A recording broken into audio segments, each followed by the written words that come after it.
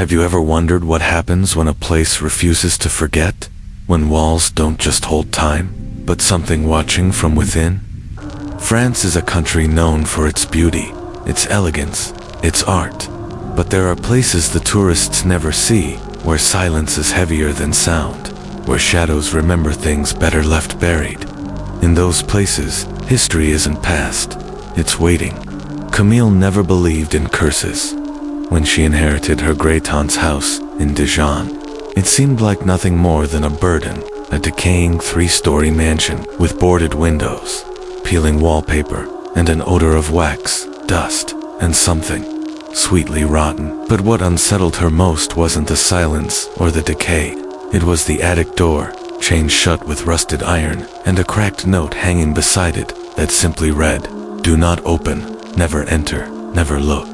At first, Camille dismissed it, but every night, precisely at 3:13 a.m., she woke to the same sound, slow footsteps pacing across the ceiling above her bedroom, then a long drag like something heavy being pulled across wood.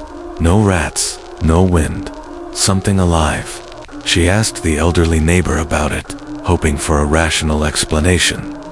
The old woman turned pale and whispered, "Whatever is up there, it doesn't belong to your family. It never did." The atmosphere in the house shifted. Clocks stopped for no reason. Light bulbs dimmed, mirrors fogged without moisture. Camille began to sleep with the hallway light on, though it never lasted the full night. Whispers echoed faintly behind the walls, incoherent but constant, like a conversation in a room just out of reach. Her curiosity mutated into fixation. She needed to know what was behind that door. One sleepless night, trembling and breathless, Camille cut the chain. The door moaned as it opened, and the air that poured out was thick with rot, old perfume, and something metallic. The attic was pitch black. She reached for her flashlight, and what it revealed made her legs tremble. An old rocking chair in the center, bound with what looked like leather straps, human in texture. Strange symbols lined the walls, carved deep into the wood. And in the far corner sat a porcelain doll, its eyes sewn shut with copper wire, resting on a stained patch of skin stretched like canvas. The moment she stepped inside, the door slammed shut behind her. Her flashlight flickered. She ran back to the door, but the handle wouldn't move, as if it were part of the wall now. Then she felt it, something breathing behind her, slow, wet, close. She turned. Standing in the far corner, in the shadows, was a human-like figure, tall, wrong, its limbs bent at odd angles, head tilting without movement. She couldn't see its face, but she heard a voice inside her skull. "You woke me. Now you care for me." Camille was found 3 days later, seated in the rocking chair, wrists cut and crudely sewn shut with copper wire. Her lips were dry and torn, her pupils wide and unblinking. The paramedics said she kept whispering the same phrase in a low monotone. "I am the chair. I am the chair." The attic was sealed again, but neighbors report the top window still opens by itself every year, always on March 5th. The day Camille's great-aunt died back in 1926. Some say they've seen Camille's figure through the glass, rocking gently, eyes still sewn shut, smiling faintly. Under the floorboards, authorities found a notebook. Its pages were stiff and brown, dozens of names written in what appeared to be dried blood, all of them scratched out. All but one, Camille's. Her name was still written in fresh ink. The doll, it vanished before it could be documented. An officer named Jean Lavoisier, who handled the evidence, resigned abruptly. Days later, he disappeared. In his empty apartment, a single note was found taped to his mirror. "She blinked at me, and I blinked back." Since then, stories have emerged of an identical doll, same porcelain face, same copper-threaded eyes, appearing at flea markets across France. No one knows who brings it, but those who buy it are never heard from again. Always, somehow, their names appear in a copy of that same notebook. One day, a childless couple in Reims took the doll home. Within hours, they reported knocking from their attic, even though their house had no attic. The knocking continued for 6 nights. On the 7th, they were gone. All that remained was the doll, placed carefully on the rocking chair they never owned.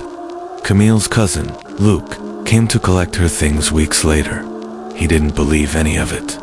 He laughed at the attic stories, said he'd sleep there himself. But when he entered the attic with a flashlight, the door closed behind him. When police arrived the next morning, the attic was empty, except for the doll, now seated on the rocking chair. Swaying Lutz's phone was recovered near the chair. It had been recording.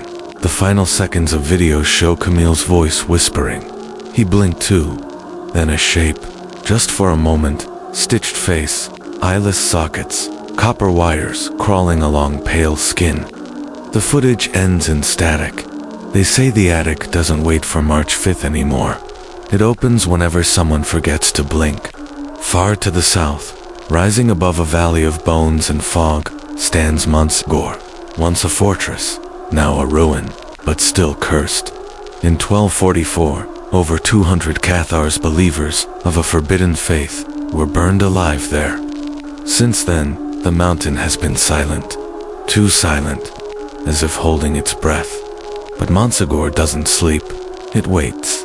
Etienne Crouzat, a historian and researcher of medieval cults, came to Montségur to write a book. He was meticulous, rational, always skeptical. But within weeks of living in a cottage near the ruins, something changed. He stopped attending town meetings. His voice grew quieter, his gaze hollow. He discovered a circle carved into stone at the base of the fortress. At first invisible, but at sunset, it glowed faint and red, like a wound. He claimed it was a Cathar symbol for eternal suffering, and those who stared at it dreamed of fire.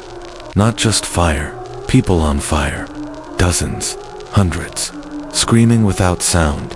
Villagers began noticing Etienne muttering to himself, scribbling phrases on his walls. A soul that burns never dies. I saw the face of God, and it did not blink. His home was filled with drawings of human silhouettes aflame, always facing away. His eyes were red. His voice trembled. He told the grocer, "The fire watches me now." One night he was seen walking barefoot in the forest, his skin burned and blackened, whispering, "I found the heart of Montségur." He spoke of a hidden crypt, buried beneath the ruins, sealed with symbols, holding something older than scripture, something older than hell. Officials began digging. They uncovered a narrow crevice, blocked by stones etched with ancient glyphs that bled black when touched. But behind the stone came the smell, wax, iron, burned hair. One of the workers collapsed. Another screamed when he heard chanting from deep below. The excavation stopped, but Etienne kept digging. He vanished that night. Days later, his body was found at the top of the fortress, or part of it. His face had been removed and draped across a broken statue of a saint. Nearby, written in his own blood, were the words, "I was consumed by faith." Tourists who visit Montségur now say the wind carries more than leaves. It carries whispers. Every spring, on the anniversary of the executions, a thick fog covers the mountain, and always, someone disappears. A year later, a blood circle identical to Etienne's discovery appeared inside a sealed chamber of a church in Toulouse. No one had entered. No one could have, but it was there, burned into the stone like a brand. That church, it turns out, was built from stones taken from Montségur centuries ago. Scholars who read Etienne's work began to suffer identical dreams, faceless figures in flame whispering their names. One priest wrote in his diary, "They watch me when I pray, they breathe when I sleep, I am not alone." Etienne's 600-page manuscript vanished from police custody. The archivist in charge disappeared days later. His home was found burned to the ground. Only one thing survived the fire, a single page, blackened but legible. They only burn what still has a soul. In the months that followed, thrill-seekers camped at Montségur in search of the so-called crypt. A drone later captured a massive symbol in the grass, a glowing red circle, identical to the one Etienne found. No one confessed to making it. and yet it pulsed like it was alive. One final letter from Etienne surfaced, hidden in a library book. It read, "They no longer need fire. They burn through memory, through belief. Speak their name, and they find you." Below the letter was a list of names. One of them was the librarian who discovered it. Days later, he died in a fire. On his wall, written in soot, you read it. Now it remembers you. 2 stories, 2 destinies, 2 moments when reason failed. France is remembered for its art, its beauty, its legacy. But in places where history bleeds into the walls, something else waits. The attic, Montsegur, Camille, Etienne. Maybe they weren't just victims. Maybe they were warnings. So tell me, do you still believe this was just a story? Are you sure you're alone right now? Comment below if you've ever experienced anything like this. And if you still have the courage to close your eyes tonight, subscribe to the channel. I'll see you in the next nightmare.